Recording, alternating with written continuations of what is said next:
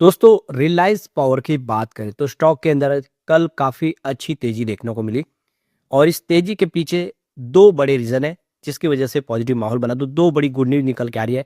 एक तरफ तो रिलायंस पावर को बड़ी राहत मिल गई है, काफ़ी बड़ी जो पेनल्टी थी वो माफ़ हो चुकी है और दूसरी तरफ यहाँ पे कोर्ट ने अनिल अंबानी के ऊपर जो फ्रॉड का मामला था उसको खारिज किया है। तो पूरी अपडेट क्या उसको समझेंगे। क्या अब अनिल अंबानी के लिए राह आसान हो जाएगी?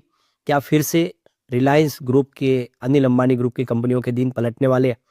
वैसे तो रिलायंस इंफ्रा अब वीकली ट्रेडिंग पे आ चुका है और ऐसे में अब क्या उम्मीद बन रही है? रिलायंस पावर जिसका बिज़नेस काफ़ी अच्छा है, लगातार कंपनी नए बिज़नेस में एंट्री कर रही है। काफ़ी सारे गवर्नमेंट के प्रोजेक्ट भी कंपनी को मिल रहे हैं, स्टोरेज के प्रोजेक्ट कंपनी कर रही है। क्या आने वाले समय में फिर से पुरानी माहौल की तरफ बढ़ता हुआ दिखाई देगा स्टॉक? लेकिन फ्रेंड्स, उससे पहले अगर आप पहली बार हमारे चैनल पे आए तो चैनल को सब्सक्राइब कर दीजिए, एक बेल आइकॉन दबा दीजिए ताकि जब भी नया वीडियो बने पहला नोटिफिकेशन आपको मिले। वीडियो पसंद आए तो लाइक से जरूर कीजिए। चलो फ्रेंड्स, वीडियो स्टार्ट करते हैं। मैं हूँ आपका दोस्त एस बी दवे और हमारे अपने चैनल ऑनलाइन कमाई में आपका बहुत बहुत स्वागत है।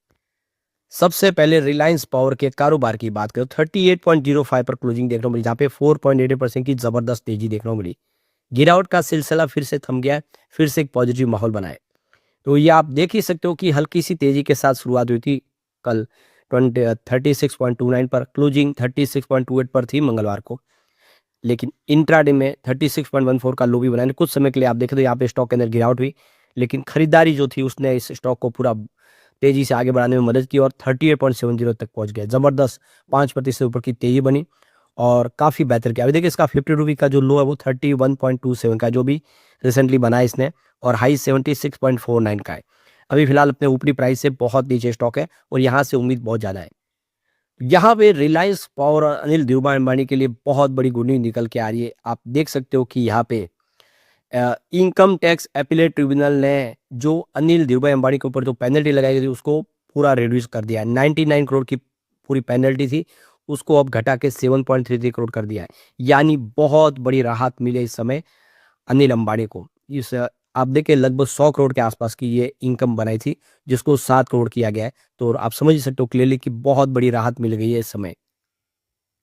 तो कल देख सकते हो कि यहाँ पे मुंबई बेंच जो income tax tax appellate tribunal है, उनकी तरफ से जो एक फैसला लिया गया उसकी वजह से पूरा का पूरा माहौल ही पलट गया। तो यहाँ पे इनकम टैक्स डिपार्टमेंट की जो अपील थी उसको खारिज कर दिया गया, डिसमिस कर दिया गया और बड़ा जो रिलीफ है वो मिल चुका है अनिल अंबानी को। तो ये देख सकते हो कि 14A के तहत जो टैक्सेशन रिपोर्ट है उसमें ट्रिब्यूनल ने एक जो ऑर्डर पास किया, जिसमें आप समझ सकते हो जो 99 करोड़ रुपीज़ की रकम थी उसको मात्र 7.33 करोड़ कर दिया गया है। और इसी फैसले के खिलाफ वो यहाँ पे देखो कि इनकम टैक्स अपीलेट ट्रिब्यूनल में गए थे, लेकिन उन्होंने जो अपील थी इनकम टैक्स डिपार्टमेंट की वो खारिज कर दी है और अब ये रकम नहीं चुकानी पड़ेगी अनिल अंबानी को, जो काफ़ी बड़ी रकम थी, 100 करोड़ के आसपास की रकम। तो ये 7 करोड़ की रकम बहुत कम है और ये आराम से चुकाई जा सकती है, उसमें कोई बड़ी प्रॉब्लम नहीं है। तो देख सकते हो कि बहुत बड़ा रिलीफ मिल गया है अनिल अंबानी और उसकी कंपनी रिलायंस पावर को। तो यहाँ पे 2 मेंबर की जो कमेटी थी आप देखिए, जिसमें यहाँ पे अमित शुक्ला जो जुडिशल मेंबर है और अरुण खोड़पिया जो अकाउंट मेंबर है, इन दोनों ने यहाँ पे देखा कि ये जो अपील है वो एक तरह से देखिए अपील पूरी तरह से सही नहीं है और ये जो उनके ऊपर एक तरह से जो पेनल्टी लगाई गई है वो गलत तरीके से लगाई गई है और इसीलिए इनकम टैक्स डिपार्टमेंट की जो अपील थी उसको खारिज कर दिया, डिसमिस कर दिया है। और आप समझ सकते हो कि इससे अनिल अंबानी को बड़ी राहत मिल गई है। तो यहाँ पे आप देख ही सकते हो कि इसने जो रिकॉर्ड हाई बनाया था 76.49 का 11 जून 2025 को, और जो 52 वीक का लो बनाया वो है 31.30 का जो बनाया 3 मार्च 2025 को। और आप देख सकते हो कि अभी स्टॉक जो है अपने निचले लेवल के आसपास ही दिखाई दे रहा है। इसका एक 30 रुपीज़ का टेक्निकल सपोर्ट है और ये सपोर्ट मजबूती से बना हुआ है। फिलहाल नियर टर्म में जो उसका रेजिस्टेंस जोन है वो 36 से 40 का दिखाई दे रहा है।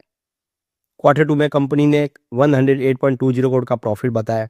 तो ये आप समझ सकते हो कि इससे आप क्लियरली समझ कंपनी का जो लगातार लॉस मेकिंग कंपनी है प्रॉफिट में आ चुकी है और कंपनी के पास बहुत सारे प्रोजेक्ट है।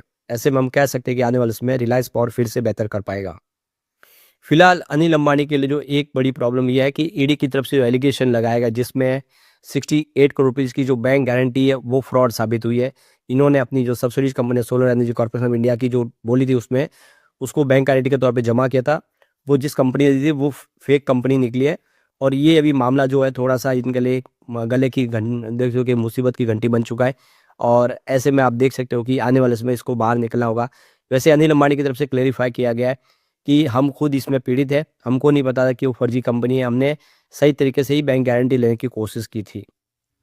अब दूसरी जो बड़ी गुड न्यूज निकल के आ रही है अनिल अंबानी के लिए, और वो है कि फॉरेंसिक ऑडिट की गई उसमें बहुत सारे लूप होल है, गंभीर खामियां हैं, और बॉम्बे हाईकोर्ट ने अनिल अंबानी के खिलाफ फ्रॉड कार्रवाई पर रोक लगा दी है। यानी अब फ्रॉड की कार्रवाई नहीं हो पाएगी अनिल अंबानी के ऊपर। तो ये देखो कि बॉम्बे हाई कोर्ट ने बहुत बड़ी राहत दे दी है अनिल अंबानी को।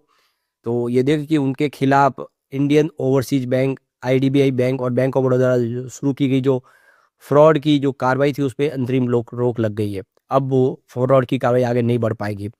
तो अदालत ने प्रथम दृष्टया पाया कि जिस फॉरेंसिक ऑडिट रिपोर्ट के आधार पर यह कार्रवाई शुरू की गई है वह कानूनी और वैधानिक मानकों पर खरी नहीं उतरती। यानी जिस फॉरेंसिक ऑडिट कंपनी ने ये रिपोर्ट जारी की है, उन्होंने पूरी रिपोर्ट ऑडिट की थी, वो खुद ही सवालों के घेरे में है। तो ये देख सकते हो कि जस्टिस मिलिंद एन यादव की एकल पीठ ने कहा है कि 15 अक्टूबर 2020 को बीडीओ एलएलपी द्वारा तैयार की गई फॉरेंसिक ऑडिट रिपोर्ट आरबीआई की फ्रॉड संबंधित मास्टर डायरेक्शंस 2016 के अनुरूप नहीं है। अदालत ने यह भी स्पष्ट किया कि बीडीओ एलएलपी की फॉरेंसिक ऑडिट के रूप में जो नियुक्ति की गई वो अधिनियम के तहत निर्धारित योग्यता के मानकों के अनुरूप नहीं थी। कोर्ट ने कहा कि आरबीआई की 2016 की जो मास्टर डायरेक्शन के तहत जो आंतरिक या बाहरी ऑडिट की नियुक्ति संबंधित वैधानिक कानूनों का जो पालन है वो किया जाना चाहिए, इसमें नहीं हुआ ऐसा। और ये एक गंभीर और विनाशकारी स्थिति को जन्म दे सकता है जहां बैंक अपने विवेक से किसी को भी अयोग्य व्यक्ति को फॉरेंसिक ऑडिट रिपोर्ट नियुक्त कर स्वीकार कर सकते हैं या उसको अस्वीकार कर सकते हैं। ये बिल्कुल स्वीकार्य नहीं है। एक बहुत ही रेस्पॉन्सिबल ऑडिट कमेटी होनी चाहिए थी। जो फर्म है उसके ऊपर ही भरोसा नहीं, तो कैसे उसने फ्रॉड घोषित कर दिया। तो ये मामला जो है 2024 में तीनों बैंकों द्वारा कानून बताओ नोटिस से जुड़ा है, जिसमें अनिल अंबानी के ऊपर फ्रॉड मास्टर डायरेक्शन के तहत फ्रॉड घोषित करने का प्रस्ताव रखा गया था। और इस नोटिस के तहत Reliance communication, Reliance telecom limited और रिलायंस इंफ्राटेल के वर्ष 2013 से 17 के बीच जो वित्तीय लेन देन से संबंधित फॉरेंसिक ऑडिट रिपोर्ट के आधार पर थे। और एसबीआई के नेतृत्व वाले बैंकों के कौंसिल ने तब ये कराया था जब आरकॉम समूह की कंपनियां दिवालिया प्रक्रिया से चल रही थी। तो अब आप देख सकते हो कि इसको हाई कोर्ट ने खारिज किया है। तो ये देख सकते हो कि अनिल अंबानी ने हाई कोर्ट में दलील दी है कि फॉरेंसिक ऑडिट ऐसे व्यक्ति द्वारा साइन किया गया है जो चार्टर्ड अकाउंटेंट ही नहीं था, और ऑडिट रिपोर्ट में स्वयं यह निष्कर्ष नहीं निकाला गया कि उन्होंने कोई फ्रॉड किया है। यानी जिसने ये रिपोर्ट ऑडिट की वो खुद एक सीए है ही नहीं। बिना सीए के साइन के, बिना उनकी जिम्मेदारी, उनके उनके इंटरफेरेंस के कैसे ये रिपोर्ट तैयार की गई, जबकि इस रिपोर्ट के अंदर भी कोई फ्रॉड का निष्कर्ष भी नहीं निकला है। उन्होंने ये भी तर्क दिया कि फ्रॉड ढांचे को लागू करने में लगभग 4 साल की देरी लगी है, जो पूरी प्रक्रिया को संदेह के घेरे में लाते कि काफ़ी बड़ा समय निकाला गया इसमें। तो ये देख सकते हो कि जो भी है ये एक ऑडिट रिपोर्ट को हाई कोर्ट ने नकार दिया है। तो यहाँ पे कोर्ट ने माना है कि बैंकों के पास जो रखा हुआ धन होता है वो जनता का होता है, इसलिए लेखा और ऑडिट मानकों की सख्ती से पालन किया जाना अनिवार्य है। कोर्ट ने सवाल उठाया कि ऐसी स्थिति में बैंकिंग प्रणाली और संबंधित बैंक आखिर किसके प्रति जवाबदेह है। तो कुल मिला के यहाँ पे अनिल अंबानी को बहुत बड़ी राहत मिल चुकी है। अब उनके ऊपर फ्रॉड का टैग नहीं लगेगा। तो यहाँ पे हाई कोर्ट ने यह भी कहा कि किसी व्यक्ति को फ्रॉड घोषित किए जाने के परिणाम अत्यंत गंभीर होते हैं, जिनमें ब्लैक लिस्टिंग, वर्षों तक बैंक के ऋण से वंचित होना, आपराधिक एफआईआर दर्ज होना, प्रतिष्ठा को नुकसान पहुंचाना और वित्तीय अधिकारों पर गंभीर प्रभाव पड़ता है। यानी एक व्यक्ति के ऊपर अगर आप फ्रॉड घोषित करते तो उसकी जिंदगी एक तरह से देखे तो नर्क हो जाती है, उसको कहीं पे कोई बेनिफिट नहीं मिलता है। और इसीलिए अदालत ने इन सारी दलीलों को खारिज किया और कहा है कि ये जो प्रक्रिया थी वो पूरी गलत है। और इसीलिए यहाँ पे अब अनिल अंबानी के ऊपर फ्रॉड का तमगा नहीं बैंक लगा सकते।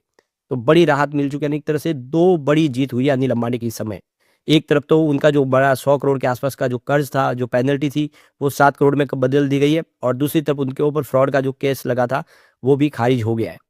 ऐसे में उम्मीद है कि आने वाले समय अनिल अंबानी की ये कंपनियां फिर बेहतर कर पाएगी। लेकिन फ्रेंड्स, कोई भी इन्वेस्टमेंट करने से पहले अपने फाइनेंशियल एडवाइजर से एडवाइस ले ले या अपना खुद का रिसर्च करें, क्योंकि मैंने वीडियो आपके एजुकेशनल पर्पज के लिए ही बनाया। वीडियो पसंद आए तो लाइक से जरूर कीजिए और चैनल को सब्सक्राइब कर दीजिए। Thank you friends.